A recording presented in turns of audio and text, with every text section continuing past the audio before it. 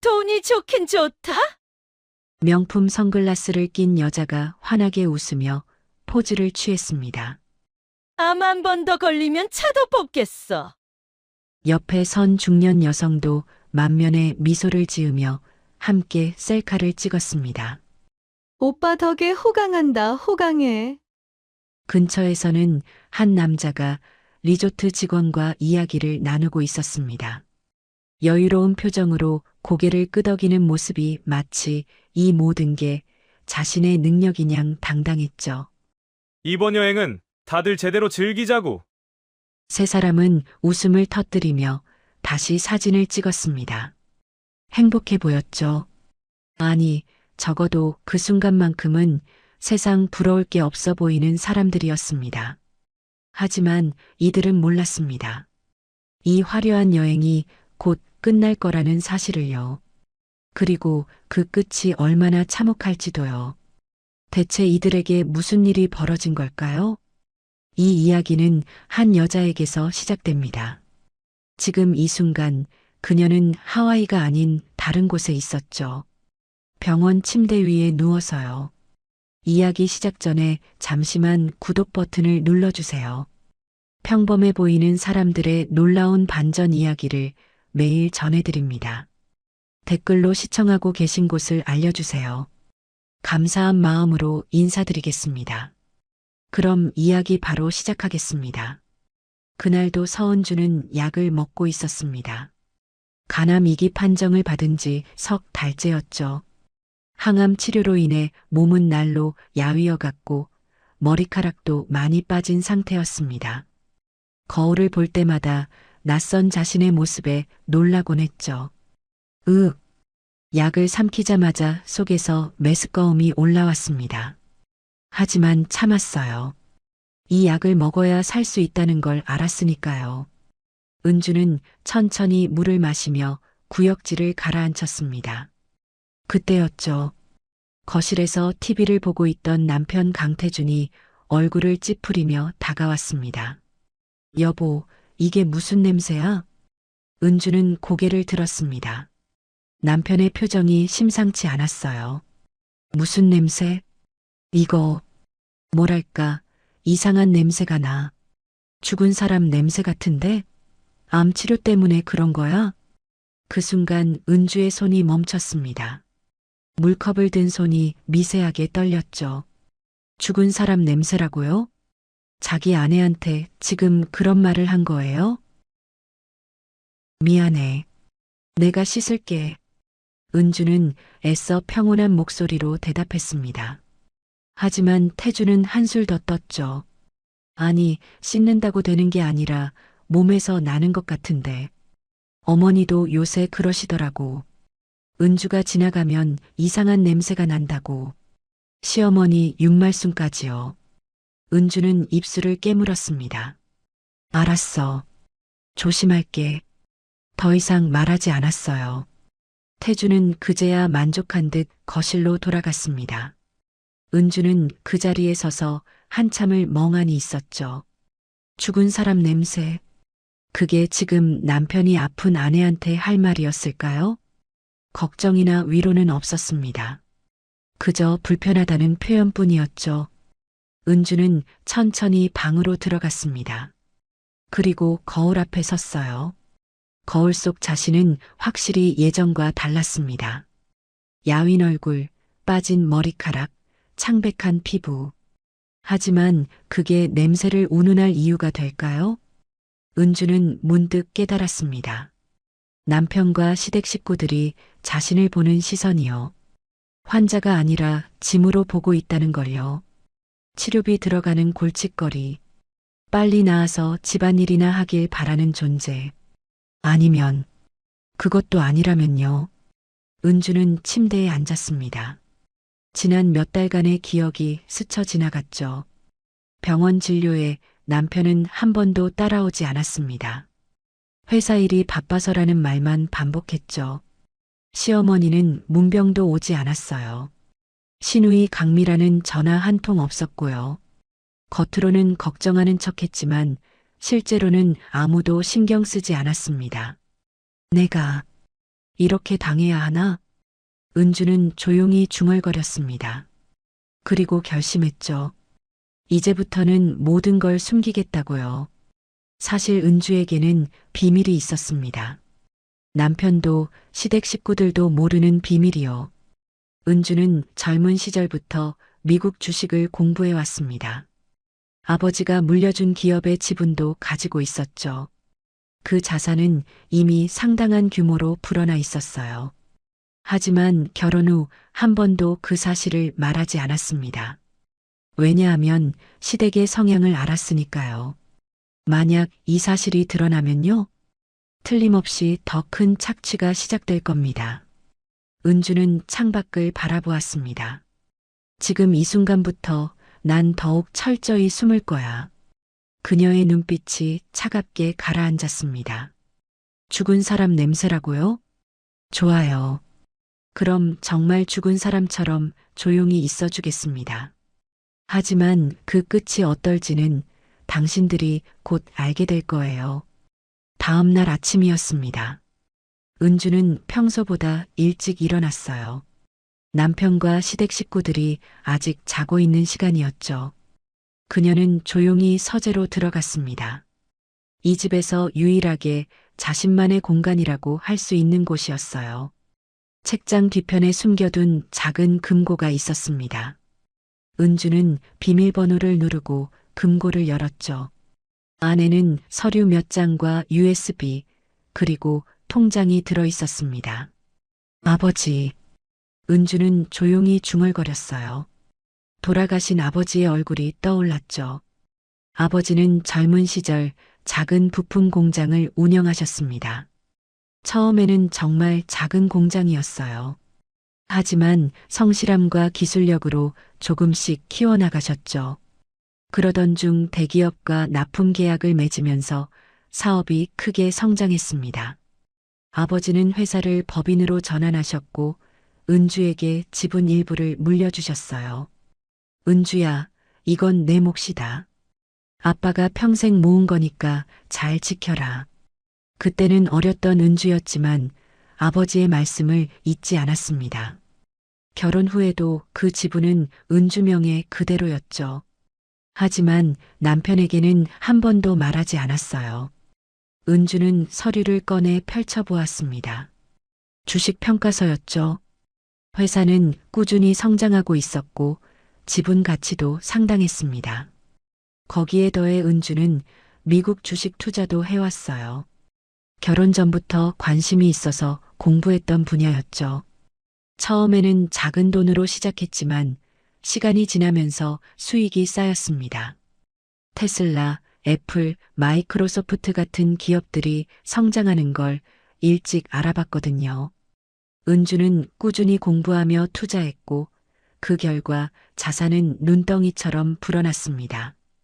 지금 은주가 가진 자산을 합치면요, 부동산을 제외하고도 수십억 원이 넘었어요.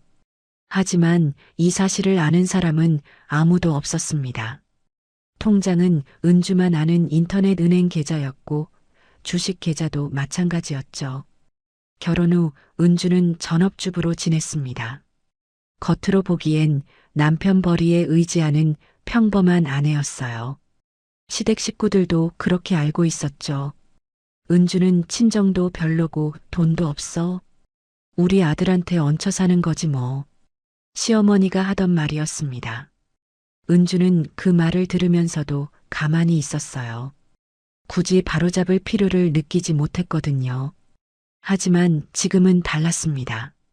어제 남편이 한 말이 계속 맴돌았어요. 죽은 사람 냄새, 그리고 시댁 식구들의 차가운 시선.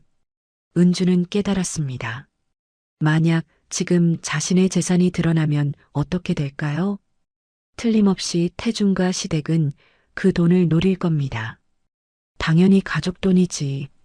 같이 써야지. 이런 식으로 말하면서 빼앗으려 들 거예요. 아니, 어쩌면 더 노골적일 수도 있었죠. 은주가 암으로 죽기를 기다리는 거예요. 그러면 재산이 자동으로 배우자인 태준에게 넘어갈 테니까요. 절대 안 돼. 은주는 서류를 다시 금고에 넣었습니다. 그리고 잠금 장치를 확실히 채웠죠. 이제부터 더욱 조심해야 했어요. 병원 치료도 건강보험 범위 내에서만 받는 척 해야 했습니다.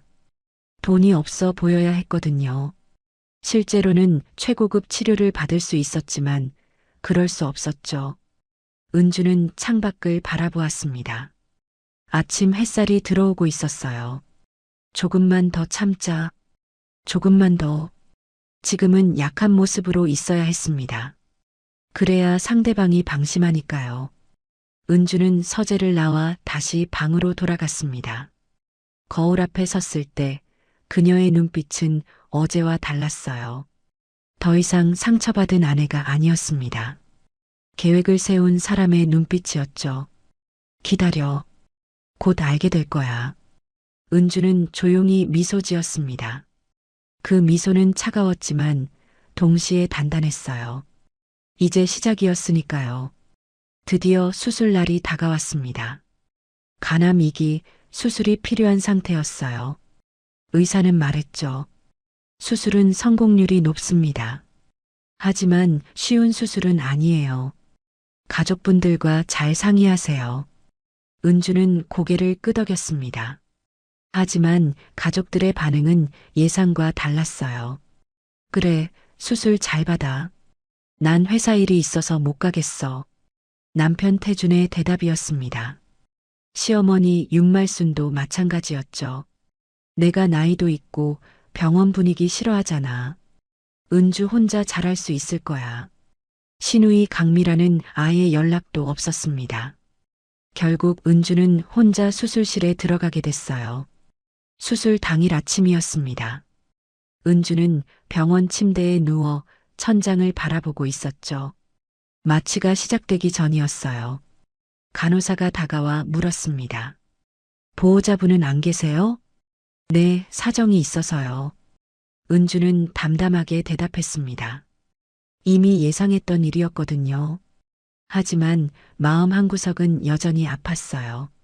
그래도 수술인데 한 명쯤은 와주지 않을까? 그런 기대가 있었던 건 사실이었죠. 간호사는 안타까운 표정을 지었지만 더 이상 묻지 않았습니다. 곧 마취가 시작됐어요. 은주의 의식이 천천히 흐려졌습니다. 수술은 4시간 정도 걸렸어요. 다행히 성공적이었죠. 은주가 깨어난 건 회복실에서였습니다. 몸이 무겁고 아팠지만 살아있다는 게 느껴졌어요. 수술 잘 끝났습니다. 조금만 더 쉬세요. 의사의 목소리가 들렸죠. 은주는 희미하게 고개를 끄덕였습니다. 그리고 다시 잠에 빠져들었어요. 몇 시간 후 은주는 병실로 옮겨졌습니다. 여전히 혼자였어요. 간호사가 물과 간단한 식사를 가져다 줬죠. 가족분들한테 연락해 볼까요?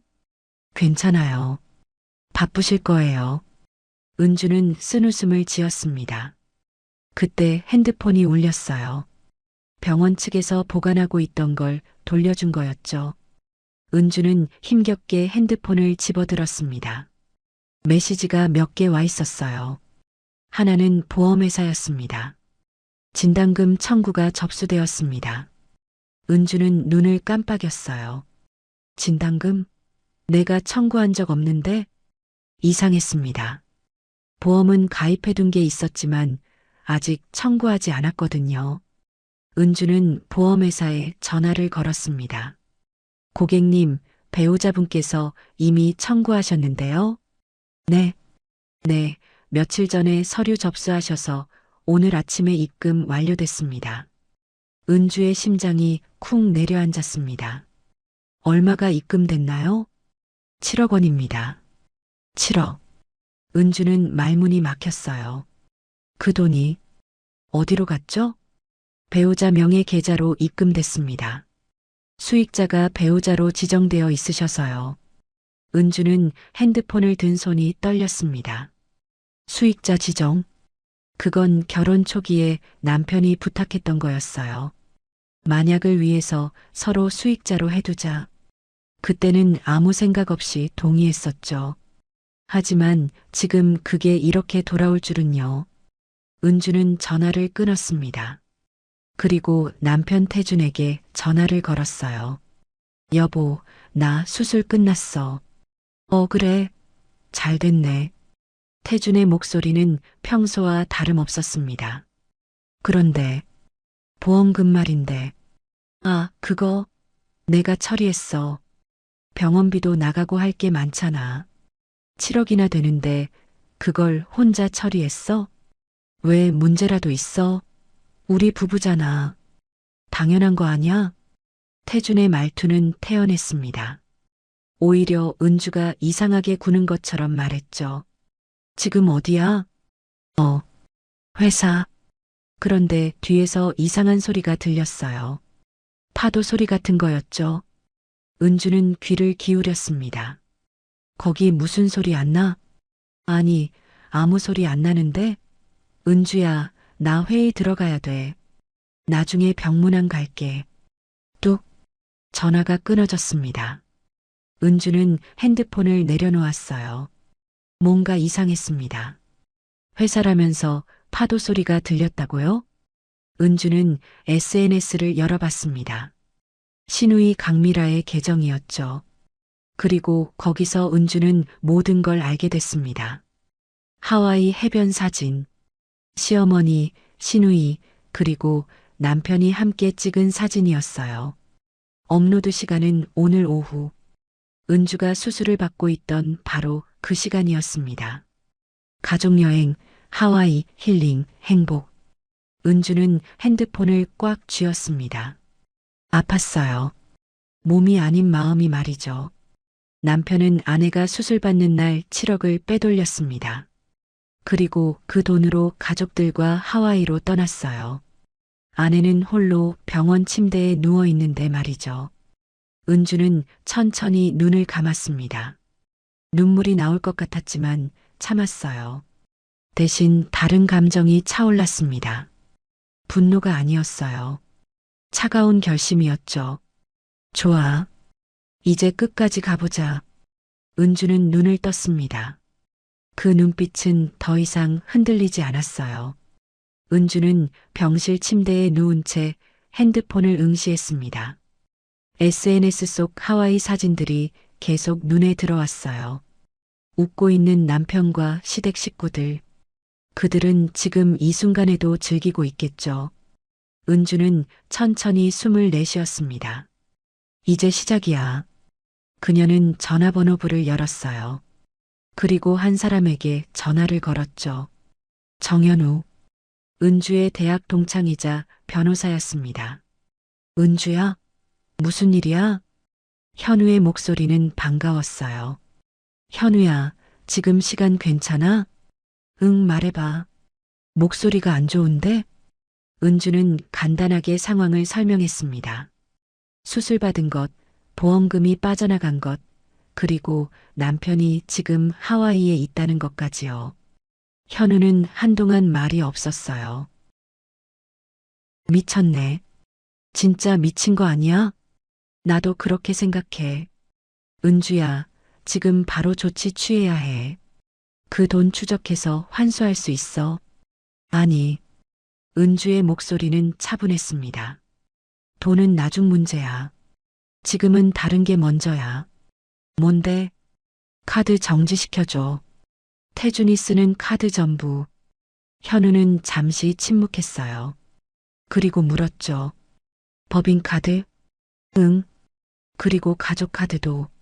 사실 은주에게는 또 다른 비밀이 있었습니다. 결혼 전부터 알고 지내던 지인이 운영하는 회사가 있었어요. 그 회사의 자문 역할을 명목상 맡고 있었죠. 실제로는 투자자 겸 지분 보유자였지만요. 태준이 사용하는 법인카드가 바로 그 회사 명이었습니다. 은주가 만들어준 거였어요. 회사 일도 하는데 카드 있으면 편하잖아. 그렇게 말하며 태준에게 카드를 쥐어줬었죠. 태준은 좋아했습니다. 법인카드라는 게 한도도 높고 편했으니까요. 시댁 식구들한테도 가족카드를 만들어줬어요. 물론 모두 은주 명의의 계좌에 연결된 것들이었죠. 하지만 태준과 시댁은 그걸 몰랐습니다. 그저 태준이 능력이 있어서 회사 카드를 쓴다고만 생각했어요. 정지 요청서 내면 돼? 응. 내일 아침에 처리해줘. 그리고 연결된 계좌도 전부 동결. 알았어. 근데 은주야, 너 괜찮아? 현우의 목소리에 걱정이 묻어났어요. 응, 괜찮아. 고마워, 현우야. 전화를 끊고 은주는 다시 누웠습니다. 몸은 여전히 아팠지만 마음은 이상하게 편했어요. 다음 날 아침이었습니다. 현우는 약속대로 모든 조치를 취했죠. 태준 명의로 된 법인카드, 시어머니와 시누이가 쓰던 가족카드, 모두 정지됐습니다. 연결된 계좌도 동결됐어요. 그리고 그 시각 하와이에서는요. 태준 일행이 고급 레스토랑에 앉아 있었습니다. 여기 진짜 유명한 데래. 스테이크가 정말 맛있다던데. 시어머니 윤말순이 메뉴판을 들여다보며 말했어요. 어머니, 마음껏 주문하세요. 오늘은 제가 쏘는 거예요. 태주는 여유롭게 웃었습니다. 7억이라는 돈이 통장에 들어와 있었으니까요. 오빠 최고. 나도 랍스터 먹을래. 시누이 강미라도 신이 났죠. 음식이 나오고 세 사람은 맛있게 먹기 시작했습니다. 분위기는 화기애애했어요. 식사가 끝나고 계산할 시간이 됐죠. 태주는 자신 있게 카드를 꺼냈습니다.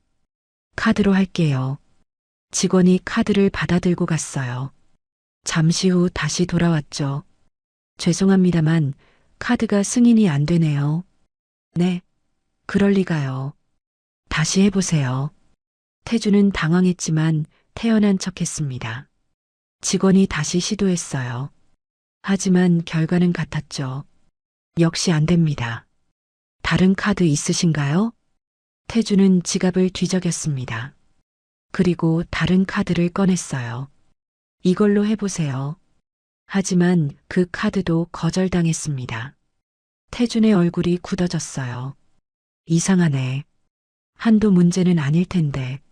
시어머니가 불안한 표정으로 물었습니다. 태준아, 뭐가 문제야? 잠깐만요, 어머니. 확인해 볼게요. 태준은 카드사에 전화를 걸었죠. 고객님, 해당 카드는 현재 정지 상태입니다. 정지요? 왜요? 카드 소유주 요청으로 정지됐습니다.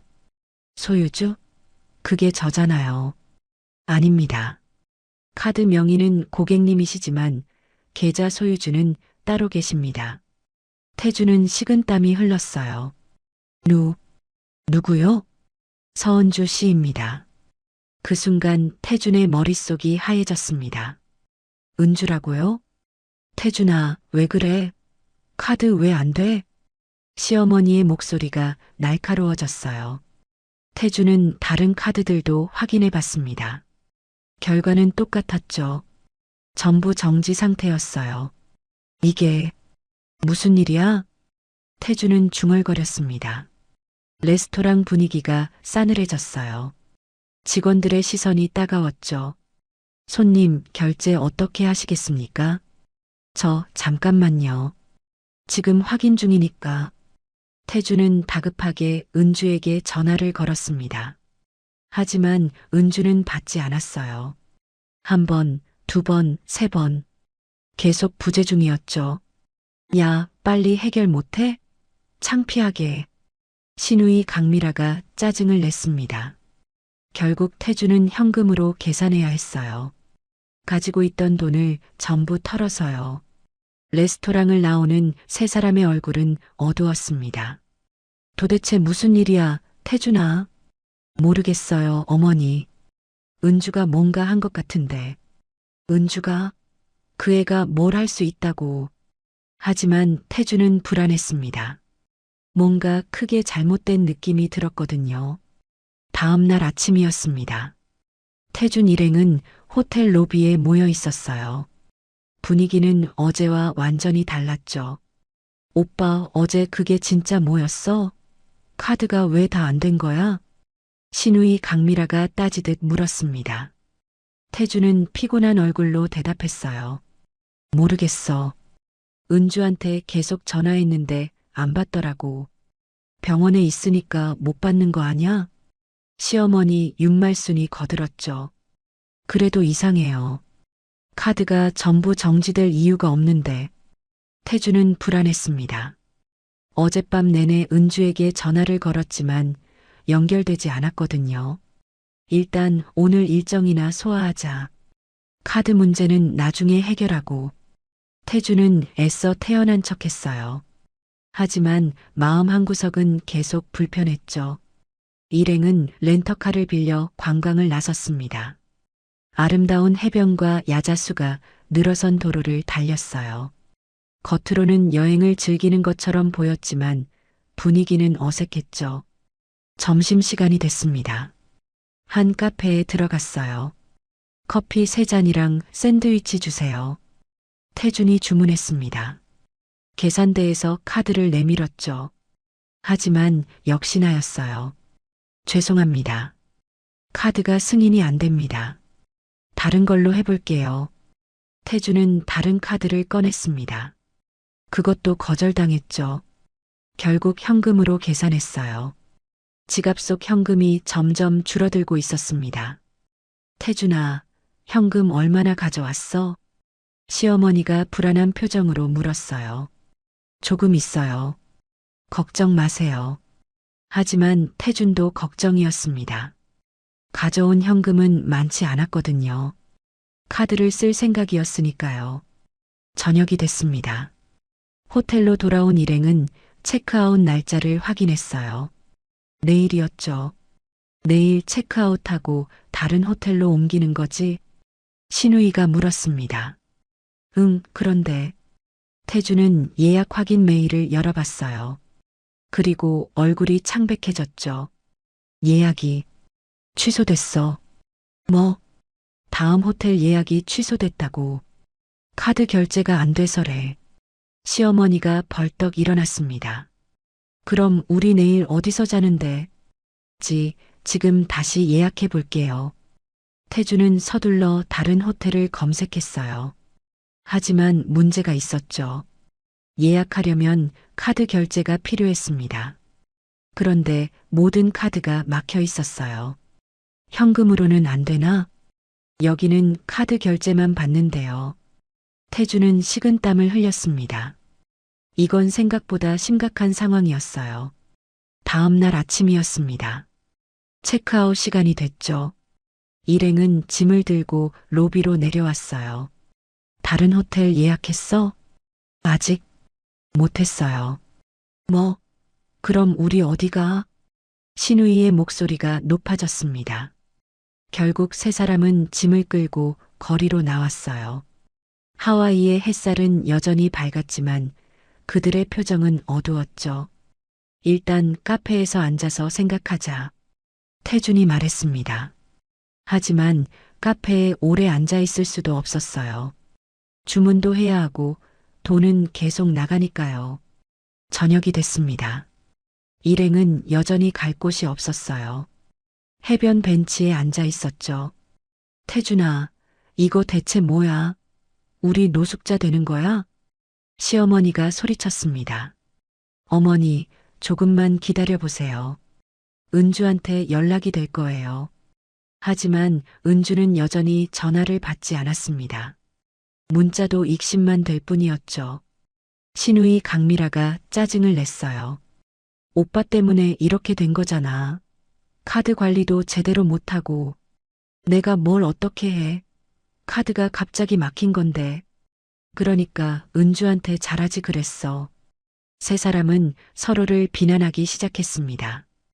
여행 초반의 화기애애한 분위기는 온데간데 없었죠. 밤이 깊어졌습니다. 일행은 결국 해변 공원 벤치에서 밤을 보내야 했어요. 지나가는 사람들이 힐끔힐끔 쳐다봤죠. 명품 가방을 든 채 벤치에서 자는 모습이 우스웠을 겁니다. 시어머니는 중얼거렸어요. 우리가 왜 이러고 있는 거야? 아무도 대답하지 않았습니다. 다들 알고 있었으니까요. 이 모든 게 잘못됐다는 걸요. 태주는 하늘을 바라봤습니다. 별이 총총했어요. 아름다운 하와이 밤하늘이었지만 그에게는 보이지 않았죠. 머릿속에는 한 가지 생각뿐이었습니다. 은주가 일부러 이러는 건가? 하지만 인정하고 싶지 않았어요. 약하고 순한 아내가 이런 일을 할 리 없다고 생각했죠. 그런데 이상했습니다. 카드가 전부 막힌 것도 이상했고 연락이 안 되는 것도 이상했어요. 그리고 무엇보다요. 카드 소유주가 은주라는 사실이 제일 이상했습니다. 내가 은주를 너무 몰랐던 건가? 태주는 그제야 깨닫기 시작했어요. 자신이 아내에 대해 아무것도 모르고 있었다는 걸요. 그때 핸드폰에 문자가 왔습니다. 은주였어요. 태주는 황급히 문자를 열어봤죠. 잘 지내고 있어요? 저는 퇴원 준비 중이에요. 하와이 날씨 좋죠? 그게 전부였습니다. 하지만 그 짧은 문자가 태준에게는 소름 끼쳤어요. 은주가 모든 걸 알고 있다는 뜻이었으니까요. 그리고 일부러 이러고 있다는 거였죠. 태준은 떨리는 손으로 답장을 쳤습니다. 은주야, 장난 그만해. 카드 좀 풀어줘. 하지만 답장은 오지 않았습니다. 읽음 표시만 떴을 뿐이었죠. 태주는 핸드폰을 꽉 쥐었어요. 이제야 알았습니다. 자신들이 완전히 당했다는 걸요. 사흘째 아침이었습니다. 태준 일행은 여전히 해변 공원에 있었어요. 벤치에서 잠을 청했지만 제대로 잘 수 없었죠. 몸도 마음도 지쳐 있었습니다. 이제 그만 한국 돌아가자. 더는 못 버티겠어. 시어머니 윤말순이 지친 목소리로 말했어요. 귀국 항공권은 있어? 시누이 강미라가 물었습니다. 있어. 다행히 왕복으로 끊어놨으니까. 태준이 대답했죠. 적어도 돌아갈 수는 있었어요. 그럼 오늘 당장 공항 가자. 여기서 하루라도 더 있으면 미칠 것 같아. 세 사람은 짐을 챙겨 공항으로 향했습니다. 하지만 그 전에 들러야 할 곳이 있었어요. 화장실이었죠. 공공 화장실에서 세수라도 하고 가려던 겁니다. 태주는 해변가 공공 화장실로 들어갔어요. 서둘러 세수를 하고 나오려던 참이었죠. 그때였습니다. 바닥이 미끄러웠어요. 물기가 있었던 거죠. 아! 태주는 중심을 잃고 넘어졌습니다. 발목을 심하게 삐끗했어요. 비명이 터져 나왔습니다. 통증이 엄청났거든요. 오빠, 무슨 일이야? 밖에서 기다리던 시누이가 달려왔어요. 태주는 바닥에 주저앉아 발목을 움켜쥐고 있었죠. 발목이. 시어머니도 황급히 달려왔습니다. 어머, 이게 무슨 일이야? 태준의 발목은 눈에 띄게 부어올랐어요. 제대로 디딜 수가 없었죠. 병원 가야겠어. 빨리. 일행은 택시를 잡아타고 가까운 병원으로 향했습니다. 응급실이었어요. 의사가 엑스레이를 찍고 진찰했죠. 인대가 심하게 늘어났네요. 골절은 아니지만 치료가 필요합니다. 지금 당장 치료해 주세요. 태준이 다급하게 말했어요. 비행기 시간이 얼마 남지 않았거든요. 응급 처치는 해드릴 수 있어요. 하지만 본격적인 치료는 입원이 필요합니다. 입원이요? 아니, 저 오늘 비행기 타야 하는데요. 그 상태로 비행기 타시면 위험합니다. 최소 며칠은 치료받으셔야 해요. 의사는 단호했습니다. 태주는 머리가 복잡했어요. 여기 더 있을 수도 없고 그렇다고 치료 안 받을 수도 없었죠. 일단 응급 처치만이라도 해주세요. 의사는 고개를 끄덕이고 처치를 시작했습니다. 깁스를 하고 진통제를 처방했어요. 그리고 계산서가 나왔죠. 응급 처치 비용은 $1,500입니다. 뭐요? $1,500? 태주는 깜짝 놀랐어요. 미국 의료비가 비싸다는 건 알았지만 이 정도일 줄은요. 카드로 할게요. 태주는 습관적으로 카드를 꺼냈습니다. 하지만 이미 알고 있었죠. 안 될 거라는 걸요. 역시나 카드는 거절당했어요. 현금으로 하셔야 할 것 같은데요. 간호사가 말했습니다. 태주는 지갑을 뒤졌어요. 남은 현금은 $200 정도였죠. 돈이 부족한데요. 그럼 치료를 진행할 수 없습니다. 간호사의 말은 냉정했어요. 잠깐만요. 제가 다쳤는데 치료를 안 해준다고요? 응급 처치는 했습니다. 추가 치료는 비용 지불 후에 가능해요. 태주는 당황했습니다. 시어머니와 시누이도 어쩔 줄 몰라 했죠. 어떡하냐, 태준아. 일단 나가요. 생각 좀 해봐야겠어요. 태주는 깁스한 발을 절뚝이며 병원을 나왔습니다. 밖에 나오니 더 막막했어요. 돈도 없고 카드도 막혔고 발까지 다쳤죠. 비행기라도 타고 가자. 한국 가면 치료받을 수 있잖아. 시누이가 말했습니다. 하지만 문제가 있었어요. 의사가 비행기 타면 위험하다고 했잖아. 그래도 어쩔 수 없잖아. 여기 더 있을 수 없어. 세 사람은 택시를 타고 공항으로 향했습니다. 하지만 공항 직원이 태준의 상태를 보고 고개를 저었죠. 죄송하지만 탑승이 어려울 것 같습니다.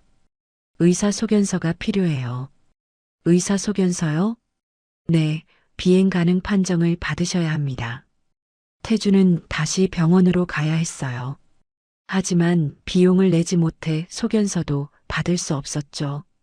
결국 공항에서도 쫓겨나듯 나왔습니다. 이제 어떡하지? 태주는 멍하니 앉아 있었어요. 발은 계속 욱신거렸고 진통제도 떨어졌죠. 시어머니가 울상을 지었습니다. 우리 여기서 죽는 거 아니야? 어머니, 그런 말씀 마세요. 하지만 태준도 불안했어요. 정말로 어떻게 해야 할지 모르겠었거든요. 그때 태준은 다시 은주에게 전화를 걸었습니다. 이번에는 받았어요. 여보, 무슨 일이에요? 은주의 목소리는 차분했습니다. 너무 차분해서 오히려 무서울 정도였죠. 은주야, 제발 좀 도와줘. 나 지금 발 다쳤어. 병원비도 없고 귀국도 못하고 있어. 그래서요? 은주의 대답은 짧았어요. 제발, 카드라도 풀어줘. 나 진짜 죽을 것 같아. 잠시 침묵이 흘렀습니다. 그리고 은주가 말했죠. 당신이 수술실 들어가는 날 나한테 뭐라고 했는지 기억나요? 죽은 사람 냄새 난다고 했죠. 그리고 7억을 들고 떠났잖아요. 태주는 할 말이 없었습니다. 지금 당신이 느끼는 게 뭔지 알아요? 그게 바로 내가 병실에서 혼자 느꼈던 거예요. 은주야, 조금만 더 있어봐요. 금방 익숙해질 거예요. 혼자 있는 거. 뚝. 전화가 끊어졌습니다. 태주는 핸드폰을 쥔 채 멍하니 있었어요. 이제야 깨달았습니다. 자신이 얼마나 큰 실수를 했는지요. 그리고 은주가 얼마나 무서운 사람인지도요. 일주일이 흘렀습니다. 태준 일행은 여전히 하와이에 갇혀 있었어요.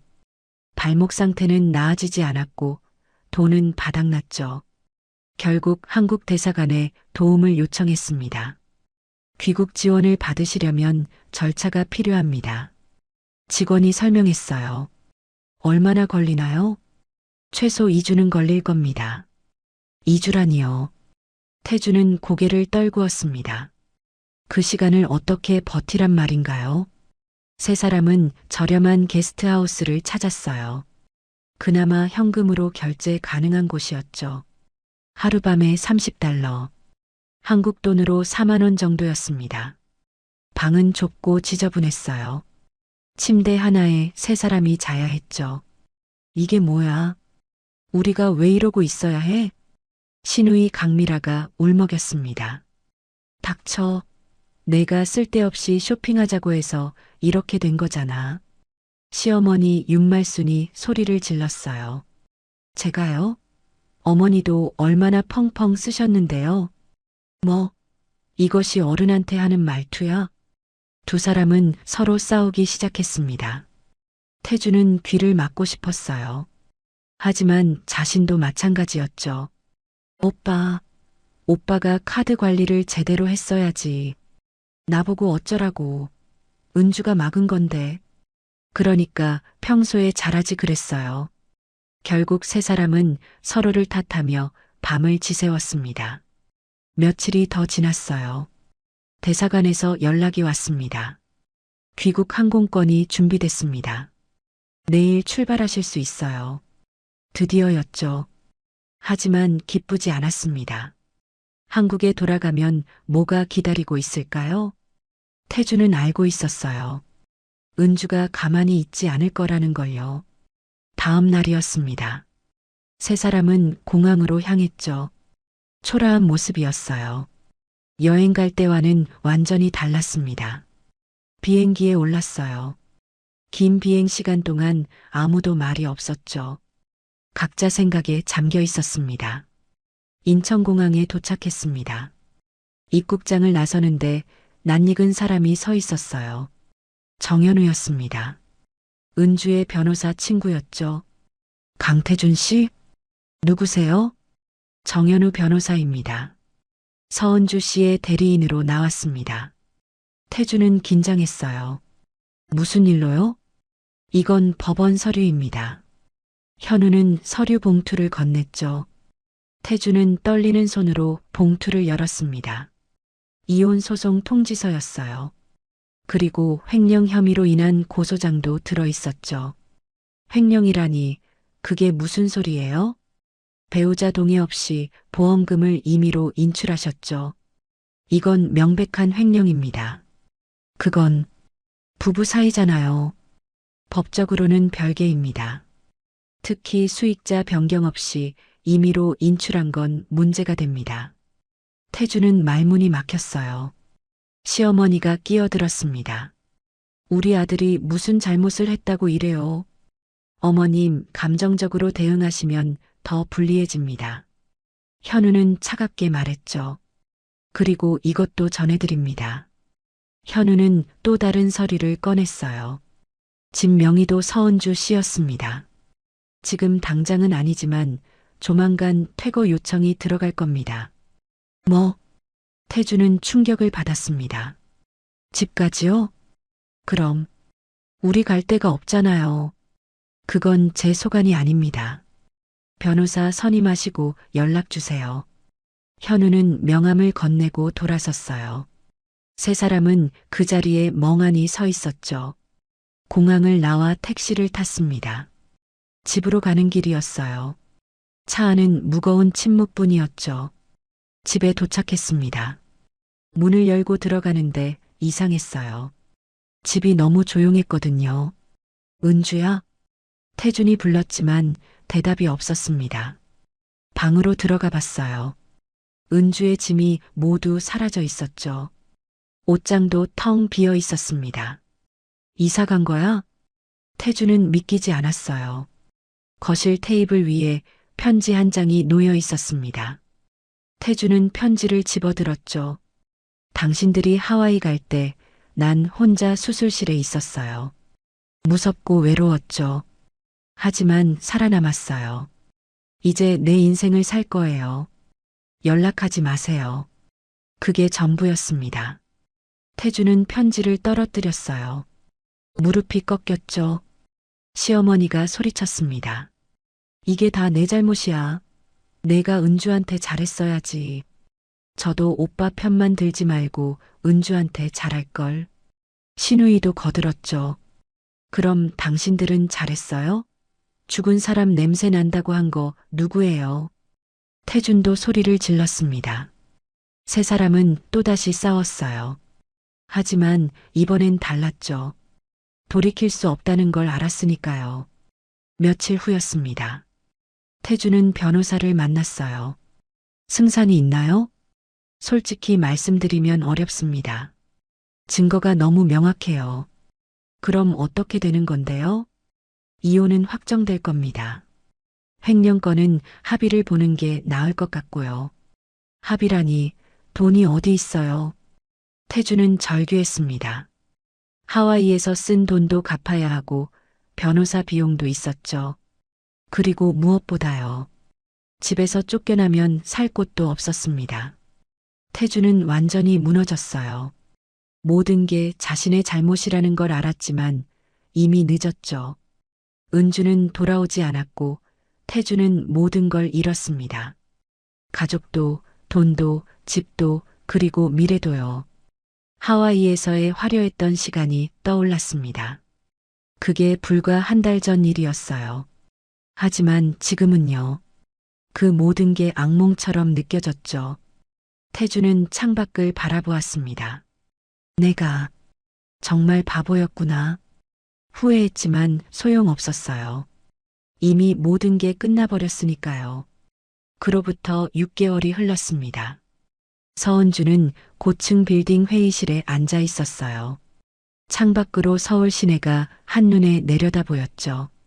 회의 테이블 주위로 임원들이 모여 있었습니다. 이번 분기 실적이 목표치를 초과 달성했습니다. 실무진이 보고했어요. 은주는 자료를 꼼꼼히 살펴보았습니다. 해외 시장 진출은 어떻게 되고 있나요? 순조롭게 진행 중입니다. 은주 이사님께서 제안하신 전략이 효과를 보고 있습니다. 은주 이사, 그게 지금 은주의 직함이었어요. 아버지가 물려준 기업의 지분을 바탕으로 경영에 참여하게 된 거였죠. 처음엔 자문 역할이었습니다. 하지만 은주는 성실히 공부했어요. 밤낮으로 경영학 서적을 읽고 선배 임원들에게 배웠죠. 그리고 자신만의 통찰력을 더했습니다. 미국 주식 투자로 쌓은 시장 분석 능력이 큰 도움이 됐어요. 회의가 끝났습니다. 은주는 자리에서 일어나 창가로 걸어갔죠. 햇살이 따스하게 들어왔어요. 이사님, 점심 어떻게 하실까요? 비서가 물었습니다. 오늘은 혼자 먹을게요. 생각할 게 좀 있어서요. 은주는 미소 지었어요. 비서가 나가고 은주는 혼자 남았습니다. 핸드폰을 꺼내 사진첩을 열었죠. 수술 후 찍은 사진이 있었어요. 창백하고 야윈 얼굴이었지만 살아있었습니다. 그때 참 힘들었지. 은주는 조용히 중얼거렸어요. 죽을 것 같았던 순간들이 떠올랐죠. 남편의 모욕, 혼자 받은 수술, 보험금 횡령. 하지만 그 모든 게 은주를 더 강하게 만들었습니다.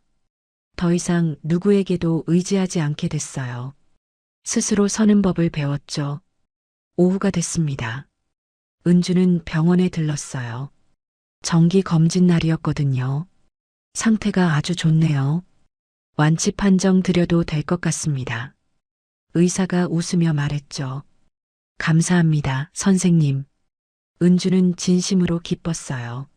암을 이겨냈다는 게 믿기지 않았거든요. 병원을 나서는데 누군가 은주를 불렀습니다. 은주야. 돌아보니 정현우였어요. 현우야, 어떻게 여기서? 나도 건강검진 받으러 왔어. 우연이네. 두 사람은 근처 카페로 갔습니다. 커피를 마시며 이런저런 이야기를 나눴죠. 요즘 회사 일은 어때? 재밌어. 처음엔 걱정했는데 생각보다 잘 맞더라고. 너 진짜 대단해. 그 상황에서 이렇게까지 올라오다니. 현우는 감탄했습니다. 현우야, 그때 정말 고마웠어. 내가 없었으면 못했을 거야. 뭘 친구 사이에. 그나저나 태준 그 사람은 어떻게 됐어? 은주는 잠시 생각했어요. 잘 모르겠어. 이혼은 성립됐고 합의금 받았어. 그 후로는 연락 없어. 집은 내가 산 거였으니까 팔았어. 그 돈으로 지금 사는 아파트 샀고. 은주는 담담하게 말했습니다. 더 이상 태준에 대한 감정은 없었어요. 분노도 미움도 심지어 연민도 없었죠. 그저 지나간 일일 뿐이었습니다. 근데 은주야, 너 복수하면서 후회 안 했어? 현우가 조심스럽게 물었어요. 은주는 고개를 저었습니다. 아니, 한 번도. 오히려 그때 결단을 내리길 잘했다고 생각해. 왜? 만약 그냥 참고 살았으면 어땠을까? 계속 무시당하고 짐 취급받으면서 살았겠지. 그게 더 비참한 인생 아니었을까? 은주의 목소리는 단단했어요. 지금은 내가 원하는 걸 하고 있어. 내 능력으로 돈을 벌고 사람들한테 인정받고 이게 진짜 내 인생이야. 현우는 고개를 끄덕였습니다. 맞아. 넌 잘한 거야. 해가 저물어 갔어요. 은주는 자신의 새 아파트로 돌아갔습니다. 넓고 깨끗한 공간이었죠. 혼자 살기엔 조금 큰 평수였지만 은주는 좋았어요. 이 모든 게 자신의 것이었으니까요. 발코니에 서서 야경을 바라봤습니다. 도시의 불빛이 반짝였어요. 은주는 문득 과거를 떠올렸습니다. 시댁에서 무시당하던 자신, 죽은 사람 냄새 난다는 말을 들었던 자신. 그때는 정말 작고 약한 존재였죠. 하지만 지금은 달랐습니다. 더 이상 누군가의 그늘에 숨지 않았어요. 당당히 햇빛 아래 서 있었죠. 고마워, 그때의 나. 은주는 조용히 말했습니다. 그때 포기하지 않았기에 지금이 있는 거였으니까요. 핸드폰이 울렸어요. 회사 후배였습니다. 이사님, 내일 회의 자료 확인 부탁드려요. 알았어요. 지금 볼게요. 은주는 노트북을 열었습니다. 일하는 게 즐거웠어요. 누군가를 위해서가 아니라 자신을 위해 일하는 거였죠. 밤이 깊어갔습니다. 은주는 침대에 누웠어요. 천장을 보며 생각했죠. 내일은 또 어떤 일이 있을까? 기대됐습니다. 두렵지 않았어요. 혼자서도 충분히 잘할 수 있다는 걸 알았으니까요. 은주는 눈을 감았습니다. 편안한 잠이 찾아왔어요. 악몽은 더 이상 없었죠. 대신 꿈이 있었습니다. 더 넓은 세상, 더 큰 가능성, 더 빛나는 내일. 서은주는 더 이상 숨는 사람이 아니었습니다. 자기 힘으로 판을 바꾼 사람이었죠. 그리고 이제 그녀는 자신의 이야기를 직접 써내려가고 있었습니다. 아무도 대신 써줄 수 없는 오직 자신만의 이야기를요. 새벽이 밝아왔습니다. 은주는 다시 일어나 회사로 향했어요. 오늘도 새로운 하루였죠. 그리고 은주에게는요. 매일이 새로운 시작이었습니다. 1년이 더 흘렀습니다. 서은주는 이제 회사의 핵심 인물이 됐어요. 이사에서 전무로 승진했죠. 해외 지사 설립 프로젝트를 성공적으로 이끈 덕분이었습니다. 그날도 은주는 바쁜 하루를 보내고 있었어요. 회의를 마치고 사무실로 돌아왔죠. 전무님, 손님이 찾아오셨는데요. 비서가 조심스럽게 말했습니다. 예약 없으신 분인데 꼭 뵙고 싶다고 하셔서요. 누군데요? 강태준이라고 하시던데요. 은주의 손이 잠시 멈췄습니다. 강태준. 1년 반 만에 듣는 이름이었어요. 로비에 계신가요? 네, 그쪽에서 기다리고 계십니다. 은주는 잠시 생각했어요. 그리고 고개를 끄덕였죠. 알았어요. 1층 카페로 오시라고 전해주세요. 네, 전무님. 은주는 자리에서 일어났습니다. 거울을 보며 옷매를 가다듬었어요. 단정한 정장, 자신 있는 표정. 과거의 은주와는 완전히 다른 모습이었죠. 1층 카페에 내려갔습니다. 구석자리에 태준이 앉아 있었어요.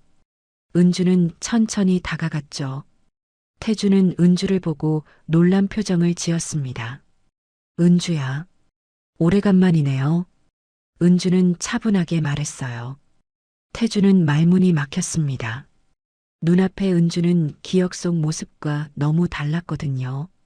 세련된 옷차림, 당당한 자세, 빛나는 눈빛. 앉으세요. 무슨 일로 오셨어요? 은주가 먼저 앉았습니다. 태준도 어색하게 자리에 앉았죠. 한동안 침묵이 흘렀어요. 태준이 입을 열었습니다. 미안해. 짧은 한마디였어요. 뭐가요? 다.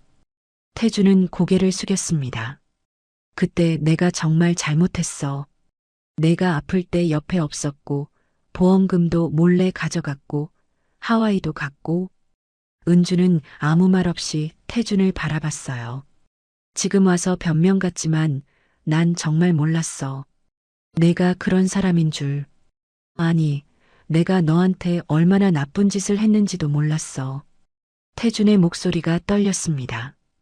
하와이에서 그 지옥 같은 시간을 겪고 나서야 깨달았어. 내가 얼마나 오만했는지, 얼마나 이기적이었는지. 은주는 여전히 조용했어요. 지금은 어떻게 지내세요? 은주가 물었습니다. 태준은 쓴웃음을 지었죠. 보다시피야. 작은 회사 다니고 있어. 월급도 많지 않고. 어머님과 미라 씨는요? 연락 안 해. 다들 나 탓만 하니까. 차라리 안 보는 게 나아. 태준은 초라했습니다. 과거의 허세는 온데간데 없었죠. 그래서 오늘 왜 오신 거예요? 용서를 바라는 건 아니야. 그럴 자격도 없는 거 알아. 태준은 은주를 똑바로 바라봤어요. 그냥 미안하다는 말을 하고 싶었어. 그리고 너한테 고맙다는 말도. 고맙다고요? 응. 내가 그때 날 버린 덕분에 난 정신 차렸거든. 만약 내가 그냥 참고 살았으면 난 평생 그렇게 살았을 거야. 내가 얼마나 소중한 사람인지도 모르고. 은주는 아무 표정도 짓지 않았어요. 지금 와서 깨달아봤자 소용없잖아요. 알아. 그래도 말하고 싶었어. 태준은 일어섰습니다. 더 이상 방해 안 할게.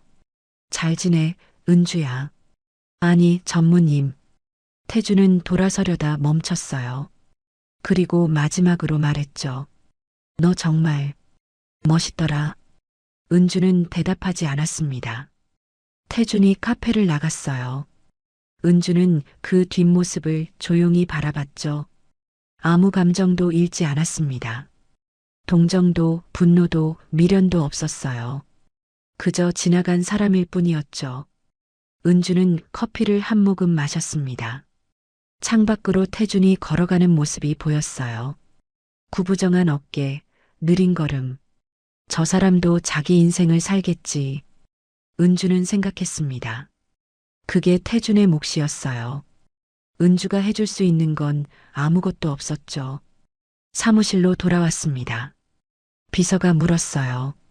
괜찮으세요? 응, 괜찮아. 은주는 미소 지었습니다. 다음 일정 뭐지? 오후 3시에 투자자 미팅 있으세요. 알았어. 자료 준비해줘. 은주는 다시 일에 집중했어요. 태준과의 만남은 잠깐의 해프닝일 뿐이었죠. 저녁이 됐습니다. 은주는 퇴근길에 한강을 걸었어요. 바람이 시원했죠. 핸드폰을 꺼내 사진을 찍었습니다. 노을이 아름다웠거든요. SNS에 올렸어요. 오늘도 좋은 하루였습니다. 댓글이 달리기 시작했죠. 회사 동료들, 친구들, 지인들. 전무님 멋져요. 저도 배우고 싶어요. 은주는 댓글들을 보며 웃었습니다. 자신을 응원해주는 사람들이 있다는 게 감사했어요. 집에 도착했습니다. 샤워를 하고 편한 옷으로 갈아입었죠. 소파에 앉아 와인을 한 잔 따랐어요. 창밖의 야경을 바라보며 생각했습니다. 오늘 태준을 만난 것에 대해서요. 후회는 없었어요. 오히려 확인한 것 같았죠.